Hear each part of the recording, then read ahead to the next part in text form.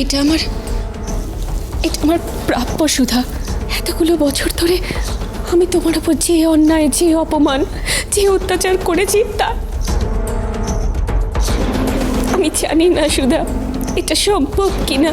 তবু যদি পারো তাহলে আমাকে ক্ষমা করে দিও, ক্ষমা করে দিও। আপনি নিজে মেয়ে হয়ে একদিন একটা মেয়েকে অসম্মান করেছেন, তাই সার্থক্য কোনো মেয়েকে সম্মান করতে শেখেনি। আপনার ছেলেকে তার পরিবারের থেকে দূরে সরিয়ে কত বড় ভুল করেছেন বুঝতে পারছেন তো? আমি তো জানি সুধা আমি অনেক অন্যায় করেছি, কিন্তু আমার এই বয়সে আমি কোথায় যাব বলো তো? আমার তো আর কোথাও যাওয়ার জায়গা নেই। আমি যে একা হয়ে যাব, একদম একদম একা হয়ে যাব। তেজ, তেজ, বাবা তেজ, আমাকে এই বাড়ি থেকে তোরা তাড়িয়ে দিস না। আমার তো আর কোথাও যাওয়ার জায়গা নেই। আমি যা বলবি তোরা তাই করবো। এই বাড়িতে থেকে এই বাড়ির ভাই ফরমাস খাটবো, তো তোদের ইচ্ছে মতো চলবো, কিন্তু দয়া করে আমাকে তাড়িয়ে দিস না বাবা, তাড়িয়ে। আরে কি করছো ছোট কাকি, প্লিজ। ঠাম্মি, তুমি আরেকবার ভেবে দেখবে? মা তুমি তো বলো যে কুপুত্র যদি বা হয় কুমাতা কদাপি নয়। তো অনিকেত হয়তো ভুল করেছে, অন্যায় করেছে, ছোট বৌমা হয়তো ওকে ঠিক করে মানুষ করতে পারেনি, কিন্তু এটাও হয়তো বুঝতে পারেনি যে কতটা খারাপ মানুষ হিসেবেও বড় হয়ে উঠেছে।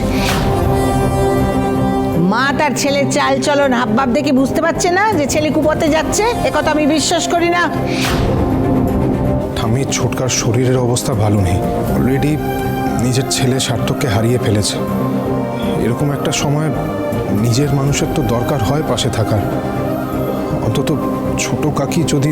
তুমি দুধ কলা দিয়ে কাল সাপ পুষতে চাইছো? দেখো মা, ছোট বৌমা যখন নিজের ভুলটা বুঝতে পেরেছে, তো আর একটা সুযোগ কি ওকে দেওয়া যায় না? মা, এতগুলো বছরে আমরা আপনার থেকে কত কি শিখেছি বলুন তো।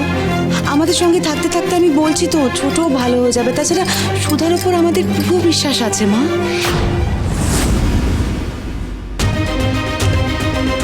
ঠাম্মি, অন্তত ছোটকার জন্য একবার ভেবে দেখো। আর যদি হিতে বিপরীত হয়? ছোট কাকি যদি আমাদের শান্তি ভঙ্গ করার কোনো রকম চেষ্টা করে বা আমাদের ক্ষতি করার চেষ্টা করে, তাহলে ছোট কাকিকে ডিভোর্স পেপারে সই করে সারা জীবনের মতো এই বাড়ি ছেড়ে চলে যেতে হবে। চলে যাব আমি মা। আপনারা যে যা বলবেন ঠিক তাই করবো, আপনাদের কোনো কথা অমান্য করবো না মা। কিন্তু আমাকে এ বাড়ি থেকে তাড়িয়ে দেবেন না, আমার যাওয়ার কোনো জায়গা নেই মা। আমি আর কোনো ভুল, কোনো অন্যায় করবো না, আপনাকে কথা দিচ্ছি মা, কথা দিচ্ছি। আমাকে তাড়িয়ে দেবেন না মা।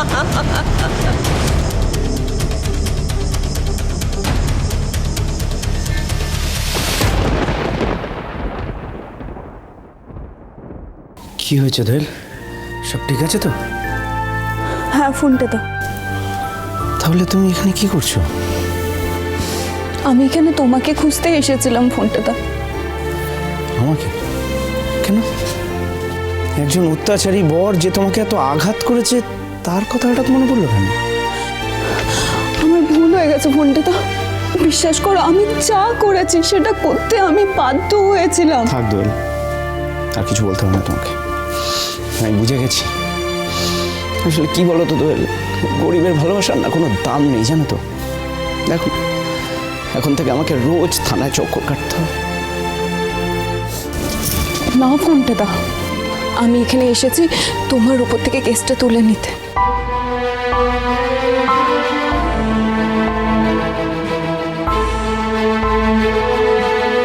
উনি কোনো অন্যায় করেননি অফিসার। আমি ফোনটা দেওয়ার উপর থেকে কেসটা তুলে নিতে চাই। তুলে নিন। Okay sir. বলছি তো ভালো ছেলে, যাও তুলে নেবে।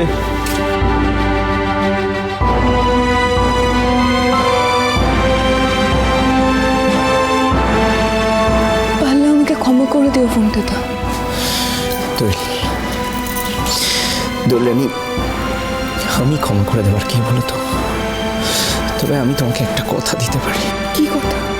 তোমার এই গরিব বরের মুখ আমি তোমাকে আর কোনোদিনও দেখাবো না, যতদিন না পর্যন্ত আমি নিজের পায়ে দাঁড়াচ্ছি।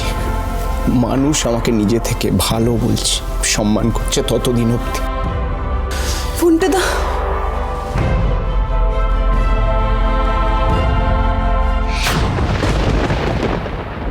সার্থক দা,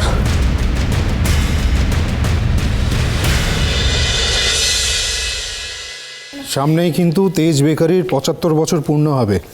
এমন কিছু করতে হবে যাতে সবাই সারপ্রাইজড হয়ে যায়। হ্যাঁ, আর আর এইবারের দায়িত্বটা কিন্তু ছোটকা নেবে। মিস্টার বসু মল্লিক, মিস্টার বসু মল্লিক, আমার না একটা আইডিয়া আছে, আমি বলবো? না না, নতুনত্ব কিছু করতে হবে, ওটা করলে চলবে না। শুনুন না, আমার কথাটা শুনুন, আপনার ভালো লাগবে। কথা বলছি তো, একটু দাঁড়ান না, কাজের কথা বলছি। হ্যাঁ হ্যাঁ হ্যাঁ, বলুন বলুন। ওনার একারই কাজ, আর আমরা তো সবাই অকম্বার ঠেকি। আচ্ছা বেশ, আমি আর কিছু বলবোই না। তোর বাবা।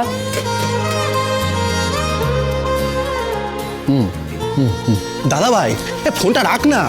কি করছিস বলতো? দেখছিস তো ফোনে কথা বলছি। আর চুপ তো। I am sorry. হ্যাঁ হ্যাঁ, কি বলছিলেন আপনি?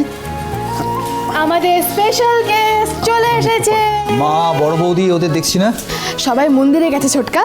আচ্ছা অ্যাটেনশন সবাই, যেহেতু বাড়ির বড়রা সবাই ছোটকার জন্য মন্দিরে পুজো দিতে গেছে, তাই আজ আমরা বাচ্চারা বাচ্চা পার্টি করব।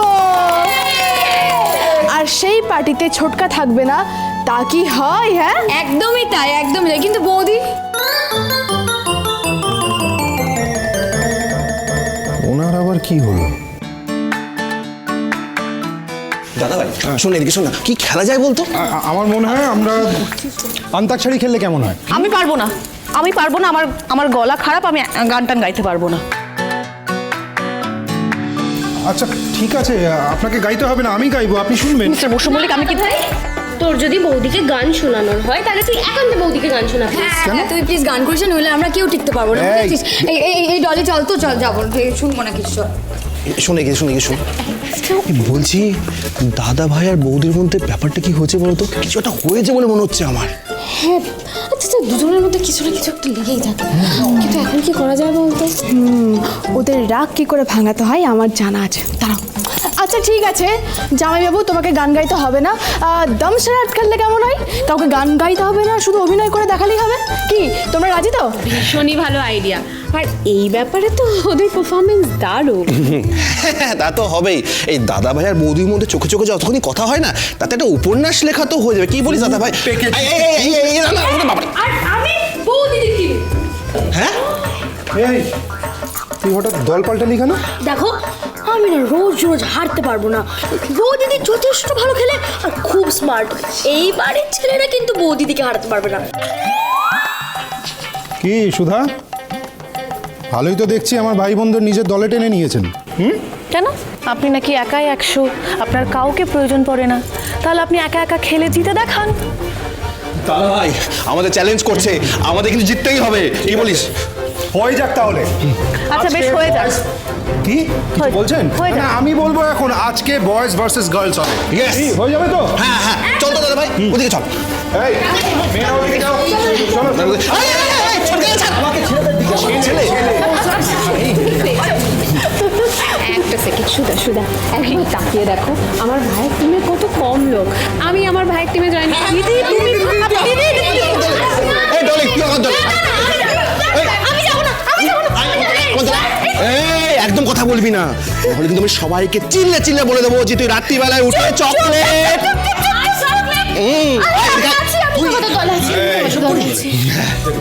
Three cheers for বৌদি।